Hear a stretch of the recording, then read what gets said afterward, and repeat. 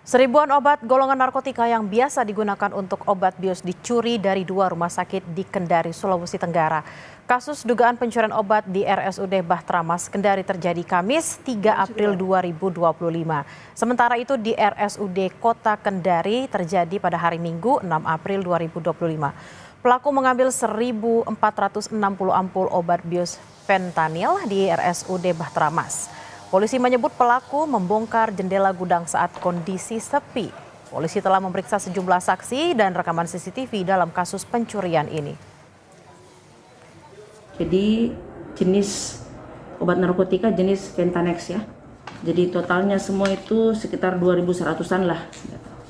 Itu obat-obat biasa digunakan untuk apa Bu kalau untuk? Ya, nah, biasanya obat-obat apa jenis bius untuk pasien-pasien tertentu. Obat bius ya, biasanya digunakan untuk anestesi kalau tidak salah. Saat ini langkah-langkah yang sudah dilakukan oleh Polresta sudah melaksanakan olah TKP, kemudian pemeriksaan terhadap saksi pelapor dari dua TKP tersebut dan mengamankan CCTV yang ada di TKP. Untuk para pelaku ini pada saat melaksanakan aksinya sesuai dengan hasil olah TKP dia merusak mencongkel pintu jendela. Lebih lengkap soal kasus pencurian obat bius di RSUD Kota Kendari, kita bergabung dengan Direktur RSUD Kota Kendari, Sukirman, lewat sambungan Zoom. Selamat siang Pak Sukirman. Selamat siang Bu. Pak Sukirman, bagaimana kronologi kasus pencurian obat bius ini, Bapak boleh diceritakan kepada kami?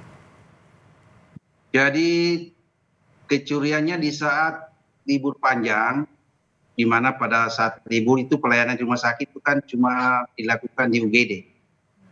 Yang selamanya ini ramai, tapi karena libur panjang, kita rumah sakit sunyi dimanfaatkan oleh oknum tidak bertanggung jawab datang mencuri obat-obat golongan narkotika di rumah sakit. Pak Sukirman, apakah memang ketika libur panjang itu tidak ada shifting khusus gitu untuk security, untuk mengecek di tempat-tempat terutama untuk obat bius ini sendiri, Bapak? Tetap ada security yang berjaga. Memang gudang obat ini selama ini kan kalau selama ini kita menggunakan sistem dipantau tidak 24 jam. Nah, cuma waktu libur panjang ini ya mungkin lagi sunyi, dimanfaatkanlah situasi itu datang ke rumah sakit dan memasuki gudang obat dengan cara mencungkil pintu, kemudian membobol juga pintu lemari narkotika. Ya, kita tahu bahwa prosedur obat narkotika itu kan ada 2 kunci. Nah, semua itu dicungkil sehingga dia bebas mengambil narkotika yang ada di dalam lemari narkotika. Nah, itu kejadiannya pada tanggal 2, masih libur panjang. Pak Sukirman, apakah memang kasus ini sudah dibawa ke ranah hukum dan apakah memang dari rumah sakit sendiri sudah mencurigai pihak-pihak tertentu yang misalnya terlihat di CCTV suka bolak-balik ke daerah tempat penyimpanan obat ini, Bapak?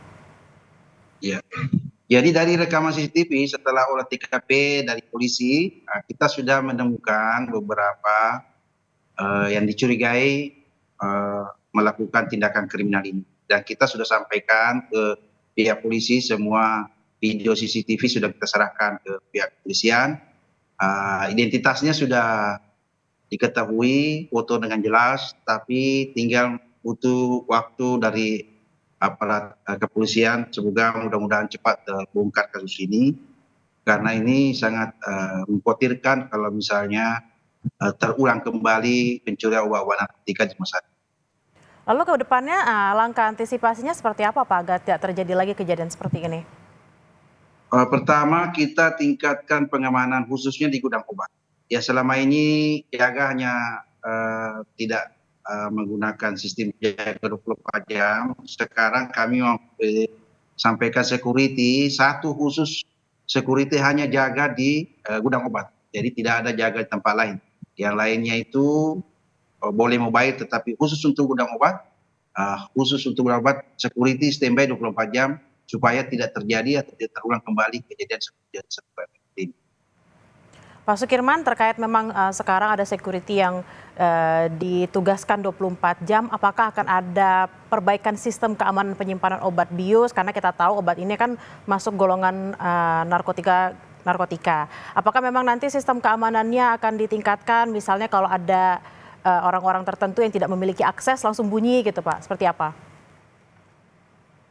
Kami sudah sampaikan ke security, kami sudah rapat juga bagaimana mengantisipasi supaya tidak terjadi atau tidak terulang kembali ya. Kita sampaikan kalau ada orang yang mendekat di gudang obat kemudian dia pakai masker atau pakai kacamata, pakai masker, tentu kita harus langsung intai atau langsung kita awasi, jangan sampai ya, karena di rumah sakit sekarang ini kan jarang orang menggunakan masker lagi di rumah sakit. Jadi kalau ada yang masih menggunakan masker di sekitar gudang obat dan kacamata seperti yang terjadi pada curian itu ya, maka saya perintahkan kepada security untuk langsung mengintai atau langsung mewaspadai, jangan sampai terulang kembali. Insya Allah dengan habis keputusan bersama kemarin kita akan adakan perketat lagi pengadaan CCTV khusus untuk di obat narkotika, kemudian security standby 24 jam, sehingga dengan sistem ini saya yakin insya Allah tidak akan lagi terjadi hal yang serupa ke depan. Pak Sukirman, sebenarnya seberapa bahayanya sih ketika obat bius ini kemudian beredar di masyarakat dan ada orang yang beli tapi penggunaannya tidak sesuai dengan dosisnya gitu Pak? Ya, pertama obat narkotika ini kan pengawasan langsung ya. Untuk pengadaannya aja kan prosedurnya panjang. Kemudian untuk penggunaannya juga harus lengkap identitasnya. Tidak semudah seperti yang biasa kita jual di apotek, tapi khusus untuk obat yang kayak gini bisa dipakai untuk membius orang, untuk kasih tidur orang, untuk kriminal, karena sifatnya menidurkan atau membuat pasien yang biasanya digunakan kalau sebelum operasi itu dimasukkan obat itu untuk menghilangkan rasa sakitnya dan menidurkan pasien sehingga waktu operasi tidak ada rasa sakit. Nah ini bisa disalahgunakan oleh orang yang tidak punya pengetahuan terkait dengan itu. Kalau salah dosis juga bisa menyebabkan kematian. Kalau overdosis penggunaannya bisa menyebabkan kematian. Baik, terima kasih atas penjelasannya Direktur RSUD Kota Kendari Pak Sukirman. Semoga memang pelakunya segera tertangkap. Terima kasih Bapak. Amin.